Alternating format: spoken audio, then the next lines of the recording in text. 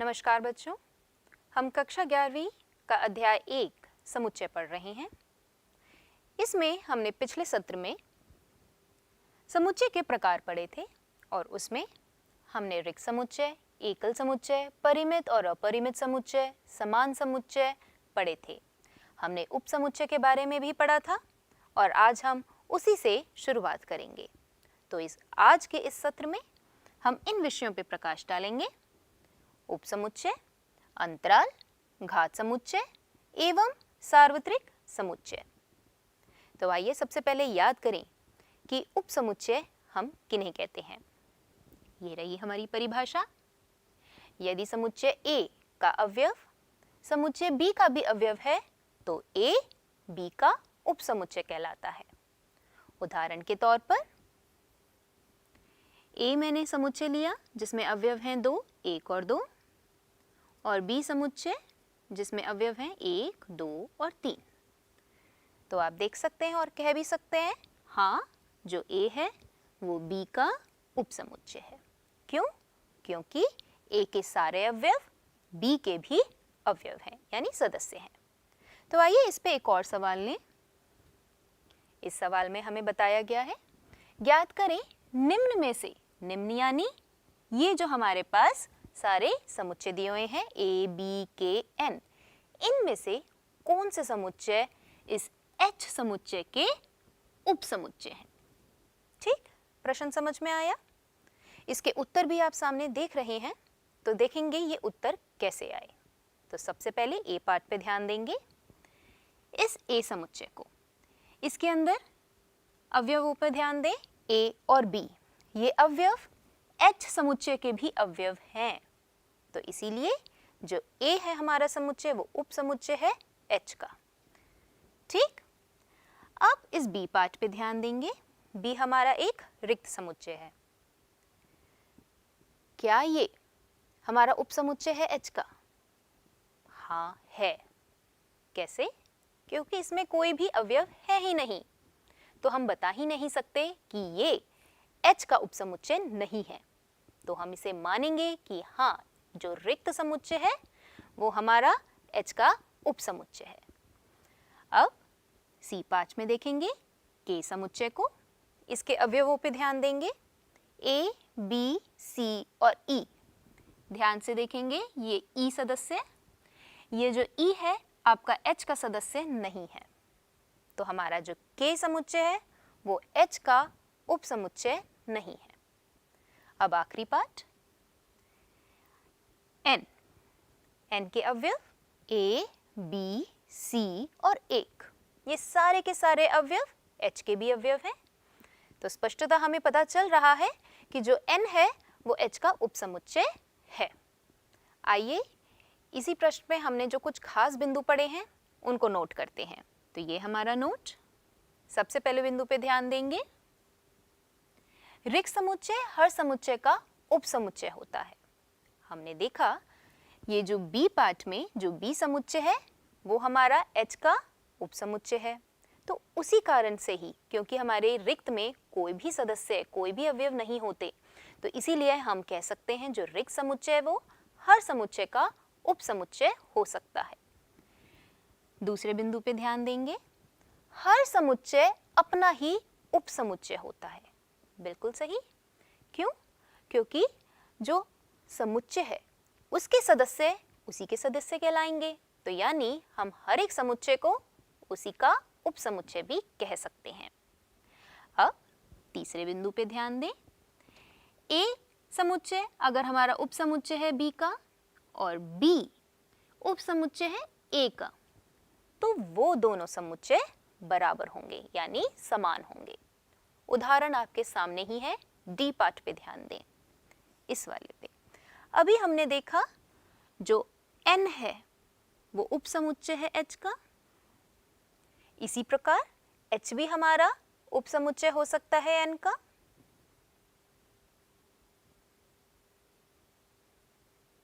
और हम सामने ही देख सकते हैं जो N और H है वो दोनों क्या हैं? समान समुच्चय। ठीक, अब इस आखिरी बिंदु पे ध्यान देंगे। मान लीजिए हमारे पास दो समुच्चय हैं ए और बी। ए हमारा उपसमुच्चय है बी का, परंतु जो ए और बी हैं वो दोनों बराबर नहीं है, समान नहीं है। यानी बी में एक ऐसा अवयव है हमारे पास जो कि ए में नहीं है। ठीक, अब तो ऐसे समुच्चय में जो ए समुच्चय है वो बी का उचित समुच्चय कहलाता है, जिसे हम इंग्लिश में प्रॉपर सेट के नाम से भी जानते हैं। और जो बी है वो ए का अधिसमुच्चय यानी सुपरसेट कहलाता है। इसी उदाहरण में क्या आप मुझे बता सकते हैं कौन कौन से उपसमुच्चय जो कि H के हैं वो उचित समुच्चय हैं? पार्ट ए यानी ए समुच्चय और बी समुच्चय, ये दोनों हमारे उचित समुच्चय हैं। ध्यान देंगे, N समुच्चय हमारा उचित समुच्चय नहीं है। क्यों नहीं है? क्योंकि ये H के बराबर है, समान है। आइए इस पे अब एक और सवाल लें। इस सवाल में हमें तीन समुच्चय दिए हैं A, B और C। हमें दिया हुआ है जो समुच्चय A है वो B समुच्चय का अवयव है। ध्यान देंगे, अवयव है। और जो B है वो C समुच्चय का उपसमुच्चय है। ठीक, दोनों में अंतर है, ये देखेंगे।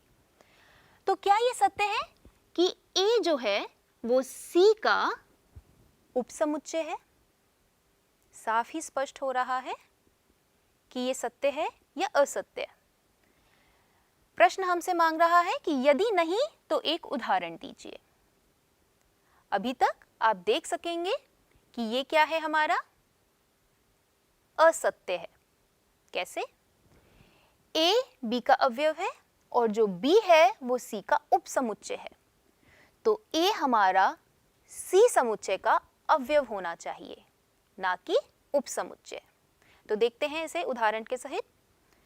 नहीं, हमने देख लिया कि हाँ, ये जो कथन है वो सत्य तो नहीं है। अब मान लेते हैं, सबसे पहले हमने A में एक अवयव लिया, एकल समुच्चय बना लिया जिसके अंदर दो एक अवयव ले लिया। अब B हमने एक ऐसा समुच्चय बनाया जिसमें जो समुच्चय A है वो पूरा का पूरा अवयव होना चाहिए। तो देख सकते हैं ये, और एक हमने अलग से अवयव ले लिया, मान लेते हैं 3। C समुच्चय के अंदर हमने इसे ऐसे बनाया है जिसके अंदर जो B है वो C का उपसमुच्चय है। तो सारे अवयव B के C के भी अवयव हैं, यहाँ देख सकते हैं। और B और C को भिन्न करने के लिए हमने एक और इसमें अवयव डाल दिया है 1। स्पष्टता यहाँ हम ये सारी चीजें देख चुके हैं।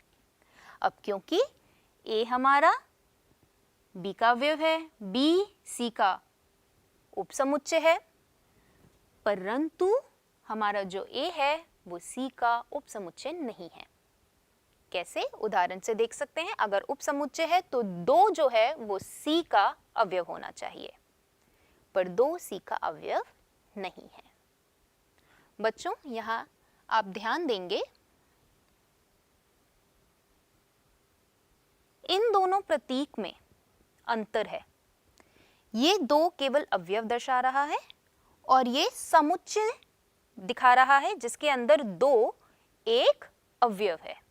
तो ये दोनों अलग अलग चीजें दर्शा रहे हैं।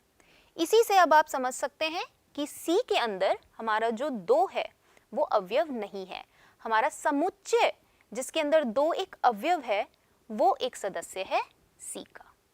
ठीक, तो इसी प्रकार इस सवाल से हमने क्या पाया, इस बिंदु पे ध्यान देंगे, नोट करेंगे कि समुच्चय का एक अवयव उस समुच्चय का उपसमुच्चय कभी नहीं होता। ठीक, बहुत ही खास बिंदु है, ध्यान देंगे। आइए अब हम पढ़ेंगे वास्तविक संख्याओं के समुच्चय के उपसमुच्चय, यानी सबसेट्स ऑफ रियल नंबर्स। इस चित्र पे ध्यान दें। हमने कई संख्याएं पढ़ी हैं और उनके संग्रह पढ़े हैं और ये भी देखा कि वे क्या हैं, उपसमुच्चय हैं। प्राकृत संख्या, पूर्णांक संख्याएं, परिमेय संख्याएं एवं वास्तविक संख्याएं। हम जानते हैं जो प्राकृत संख्याएं हैं वो पूर्णांक संख्याएं भी होती हैं, जो पूर्णांक संख्याएं हैं वो परिमेय संख्याएं भी होती हैं, और जो परिमेय संख्याएं हैं वो वास्तविक संख्याएं भी होती हैं। तो इससे आप ये संबंध स्पष्टता देख सकेंगे। देखेंगे क्या ये हम संबंध स्थापित कर सकते हैं? बिल्कुल कर सकते हैं। यहाँ देखेंगे प्राकृत संख्या हमारा उपसमुच्चय है। किस किस का? पूर्णांक संख्याओं का, परिमेय संख्याओं का एवं वास्तविक संख्याओं का। ऐसे ही पूर्णांक संख्याओं का जो समुच्चय है वह उपसमुच्चय है। किन किन संग्रह का? परिमेय संख्या एवं वास्तविक संख्याओं का। और आखिरी में जो परिमेय संख्याएं हैं उसका समुच्चय उपसमुच्चय है वास्तविक संख्याओं के समुच्चय के। ठीक, तो अब मैं आपको एक प्रश्न देती हूं, इस पे विचार कीजिए। प्रश्न में यह है कि n और z पूछा गया है कि क्या वे इस k समुच्चय के उपसमुच्चय है या नहीं। n और z यानी प्राकृत संख्याएं और पूर्णांक संख्याओं के बारे में यहाँ वे कह रही हैं। तो देखते हैं इसे क्या करेंगे। तो मान लेते हैं अभी कि जो हमारी प्राकृत संख्या है वो k का उपसमुच्चय है। तो हमने क्या लिया? मान लेते हैं जो हमारा n है वो k का उपसमुच्चय है। तो यानी जो इसका अवयव होगा वो इस k का भी अवयव होना चाहिए। तो एक अवयव उठा लेते हैं। मान लेते हैं कि 3, जो कि हमें पता है n में है, इससे k में भी होगा। अब k की परिभाषा क्या बता रही है हमें कि k में वह सारे वास्तविक संख्याएं हैं पर वह परिमेय संख्याएं नहीं है। ठीक, q यानी परिमेय संख्या, r यानी वास्तविक संख्याएं। तो जो 3 है वो मेरी परिमेय संख्या नहीं है। पर ये तो गलत है। आप जानते हैं मैं 3 जो है मेरा वो परिमेय संख्या है। मैं 3/1 लिख सकती हूँ। मैं इसे p/q, जहाँ q मेरा 0 के बराबर नहीं है, ऐसे प्रतीक में मैं इसे लिख सकती हूँ। तो यानी 3 जो है मेरा q में आता है। और इस तरीके से हमने ऊपर भी पढ़ा है कि जो n है वो q का उपसमुच्चय है। तो यानी ये संदर्भ हमारा गलत हुआ। और इसी से हमें ये पता चला जो n है, जो आपका n है वो k का उपसमुच्चय नहीं है। ठीक, आइए अब आगे बढ़े। अब हम अंतराल r के उपसमुच्चय के रूप में पढ़ेंगे। यानी हम पढ़ेंगे intervals as a subsets of real numbers. देखें, यह आपका एक कार्तीय तल है। ठीक, देख सकते हैं। इस कार्तीय तल में अगर मैं आपसे कहूं कि मुझे वह सारी वास्तविक संख्याओं का क्या निकालना है, संग्रह बनाना है 2 से 5 तक, तो आप कैसे लिखेंगे? आप ऐसे ही लिखेंगे।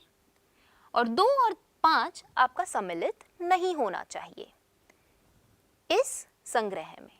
ठीक, तो आप बनाएंगे वे सारी संख्याएं जो कि वास्तविक हैं और किस 2 संख्याओं के बीच में आ रही हैं, 2 और 5। तो आप यही बनाएंगे संग्रह। बिल्कुल सही, यही बनेगा। इस संग्रह का एक खास नाम होता है और वह क्या है? अंतराल। तो आइए जरा भिन्न अंतराल पढ़ें।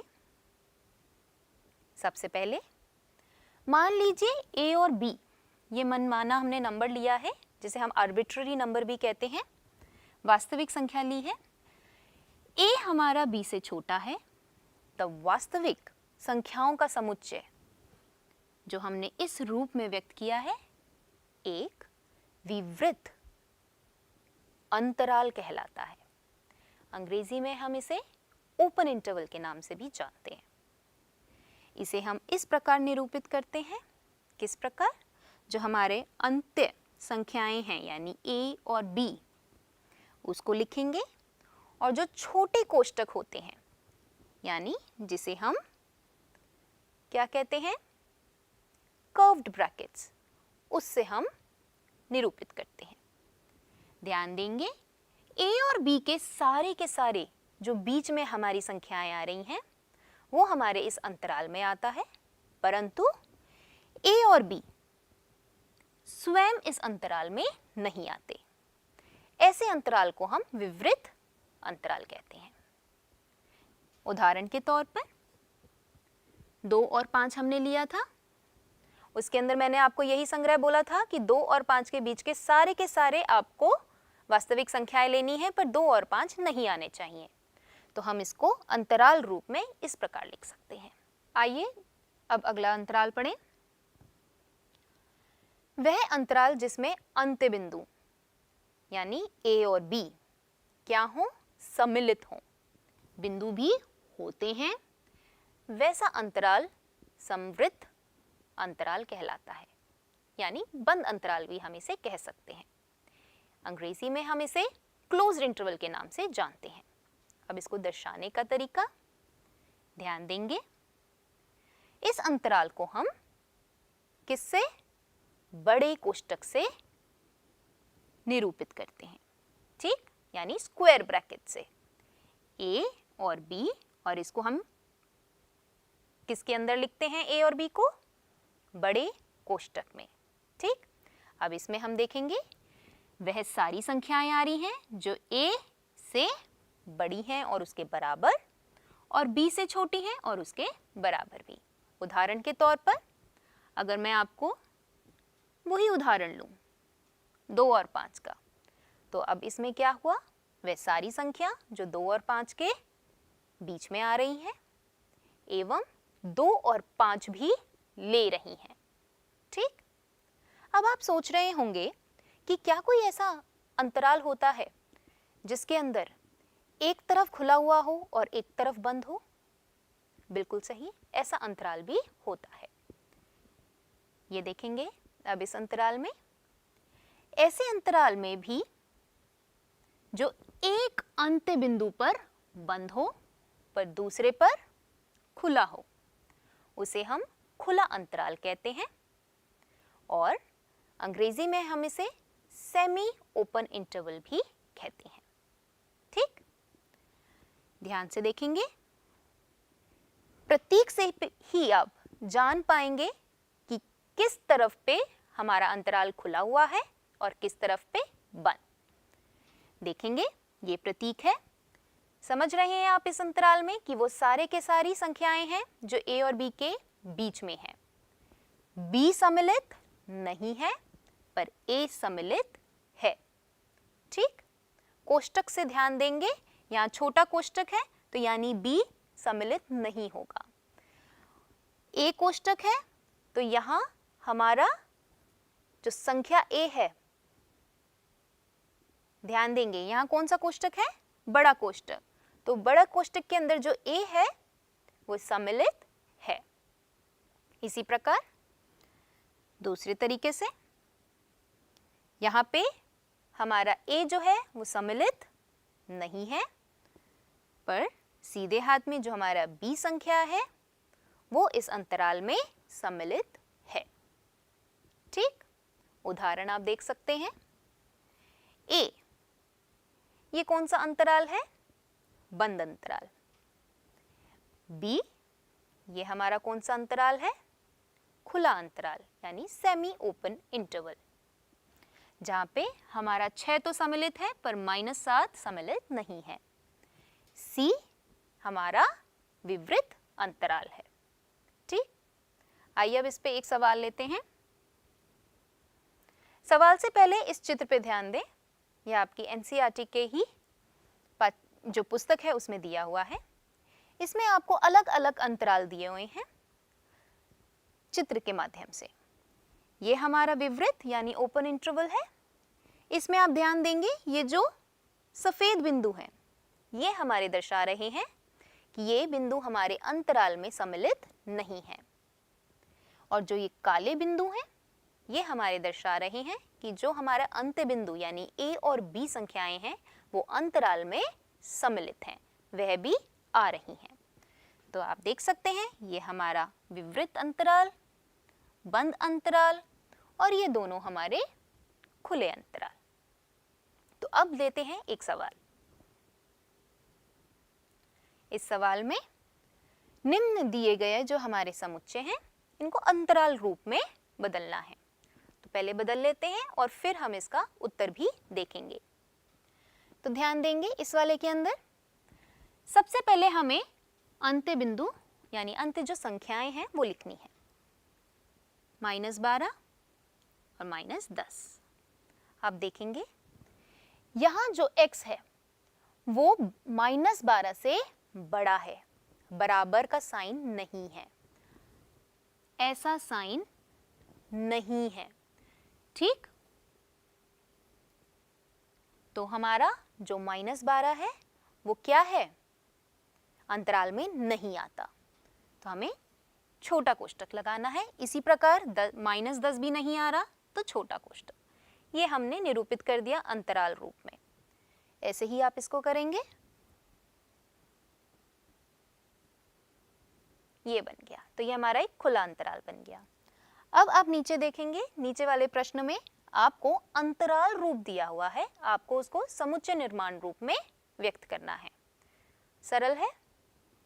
जैसे कि मैं एक आपको दिखा रही हूं, फिर दूसरा हम सीधा उत्तर में देखेंगे। समुच्चय निर्माण रूप बताने की दोबारा जरूरत नहीं, सबसे पहले प्रतीक, फिर कोलन और फिर जिस तरीके से ऊपर दिया हुआ है बिल्कुल वैसे ही हमारा वास्तविक संख्या हो गई। और ये कहां से कहां तक आ रही है, ध्यान देंगे 6 और 13, 6 से बड़ी है, 13 से छोटी।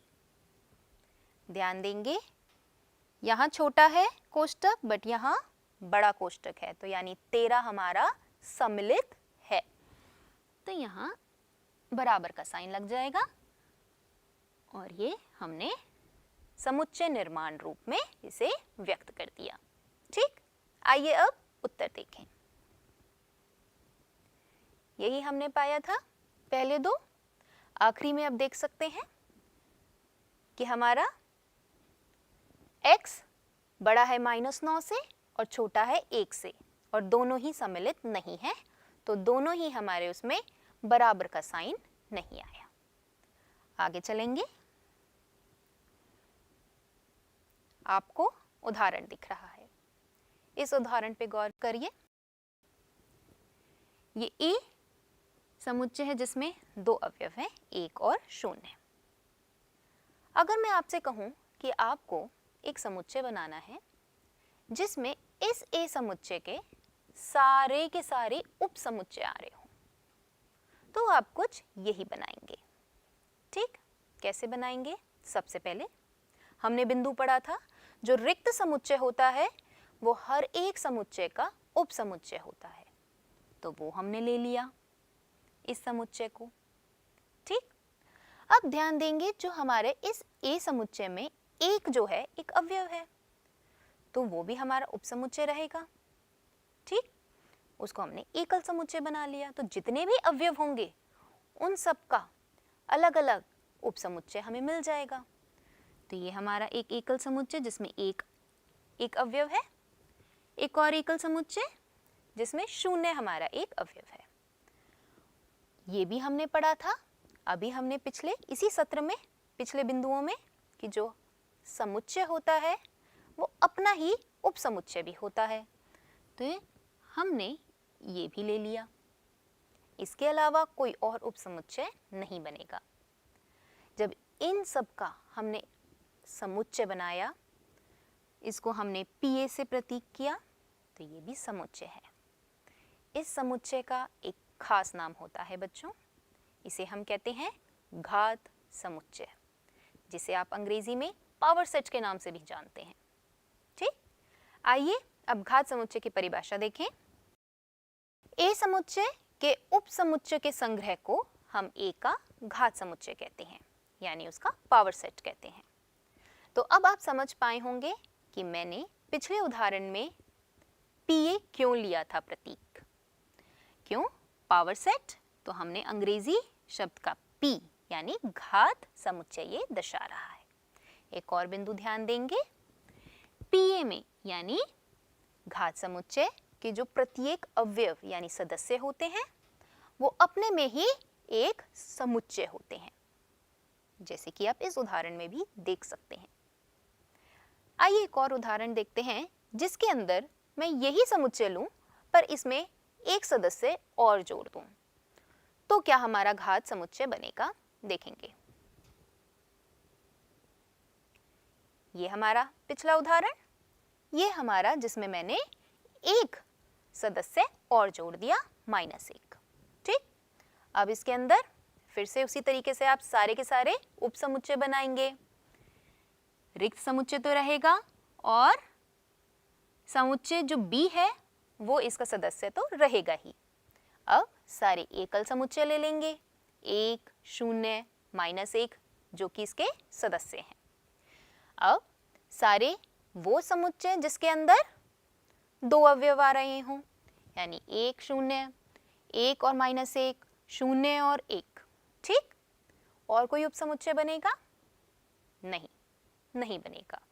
तो ये हमारा पीबी इस बी समुच्चय का घात समुच्चय है। बच्चों, इन दोनों उदाहरण में कुछ खास है, ध्यान देंगे। इस ए समुच्चय में कितने अवयव हैं? 2। और इसके घात समुच्चय में कितने अवयव हैं? गिन सकते हैं, 1, 2, 3 और 4। ठीक, ऐसे ही आइए पहले इस वाले उदाहरण में भी करें। बी समुच्चय में 3 अवयव और इसके घात समुच्चय में 1, 2, 3, 4, 5, 6, 7 और 8। क्या मैं इन दोनों को इस रूप में लिख सकते हैं? बिल्कुल लिख सकते हैं, और इससे आपको एक नया बिंदु मिलेगा, और वह क्या मिलेगा आप देख सकते हैं, 2 की घात 2। और ये 2 क्या है? अगर मैं कहूं जिस समुच्चय का हम घात समुच्चय निकाल रहे हैं उसके अंदर अवयवों की संख्या।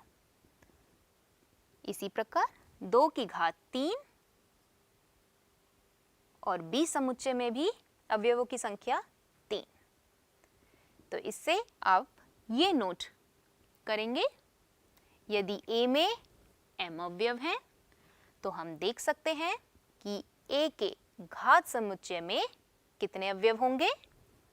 2 की घात m। ठीक, नीचे आप एक समुच्चय देख सकते हैं a, जिसके अंदर कितने अवयव हैं? ध्यान देंगे, 3 अवयव हैं। ध्यान देंगे बच्चों, 3 अवयव हैं, 4 नहीं। ये 1, ये 2 और ये पूरा समुच्चय हमारा एक अवयव की तरह रहेगा। ठीक, तो 3। तो अगर मैं आपसे पूछूं कि इसके ए समुच्चय के घात समुच्चय में कितने अवयव हैं, तो आप झट से बताएंगे कितने? 8। 2 की घात 3 बराबर 8। यह मैं आपको सवाल दे रही हूं जो आपको खुद ही निकालना है, इसका उत्तर मैं नहीं दूंगी। आप खुद निकालेंगे कि इसके घात समुच्चय में कौन कौन से अवयव आएंगे, यानी सारे के सारे उप समुच्चय निकालने हैं आपको समुच्चय एक के। आइए अब आगे बढ़ें। ये सवाल घात समुच्चय के ऊपर ही। आपको क्या निकालना है? घात समुच्चय का भी अगर मैं घात समुच्चय लूं तो उसमें कितने अवयव आएंगे वो आपको देखने हैं। बी हमारा क्या है? एकल समुच्चय जिसमें सिर्फ और सिर्फ एक ही सदस्य है और वो है 2। तो बी में, समुच्चय बी में कितनी है अवयवों की संख्या? 1 लिख लिया हमने। तो पी बी में यानी बी के घात समुच्चय में कितनी संख्या होंगी? 2। 2 की घात 1 तो 2 ही आया। तो पी बी के अंदर कितनी संख्या होगी? यानी बी का घात समुच्चय और इसका भी हमने घात समुच्चय ले लिया तो वो क्या हो गया? 2 की घात ये 2 तो आ गया 4। समझ में आया? आशा करती हूं आया होगा। अब आगे बढ़ेंगे। अब हम पढ़ेंगे सार्वत्रिक समुच्चय के बारे में। सार्वत्रिक समुच्चय जिसे हम अंग्रेजी में यूनिवर्सल सेट के नाम से भी जानते हैं। इसकी परिभाषा हमें क्या कहती है? एक समुच्चय जो सारे समुच्चयों का आधारभूत हो किसी भी विशेष संदर्भ में, उसे हम सार्वत्रिक समुच्चय कहते हैं। उदाहरण ले लेते हैं। सभी पूर्णांक जो हमारे समुच्चय हैं उनके लिए परिमेय संख्याओं का समुच्चय सार्वत्रिक जो समुच्चय है कहलाया जा सकता है और वास्तविक संख्याओं का जो समुच्चय है वह भी कहलाया जा सकता है क्योंकि वह आधारभूत है, किसी विशेष संदर्भ में ही रहता है। अब दूसरा उदाहरण देखेंगे। सभी समकोण त्रिभुज यानी सारी राइट ट्रायंगल्स का अगर मैं एक यूनिवर्सल सेट देखूं, क्या देखूं? सार्वत्रिक समुच्चय देखूं तो वो क्या होगा? सारे त्रिभुजों का समुच्चय। ठीक, वही हमने यहाँ लिख रखा है। आइए अब देखते हैं कि हमने इस सत्र में क्या क्या पढ़ा। इस सत्र में हमने सबसे पहले उपसमुच्चय की परिभाषा याद करी, वे क्या थी।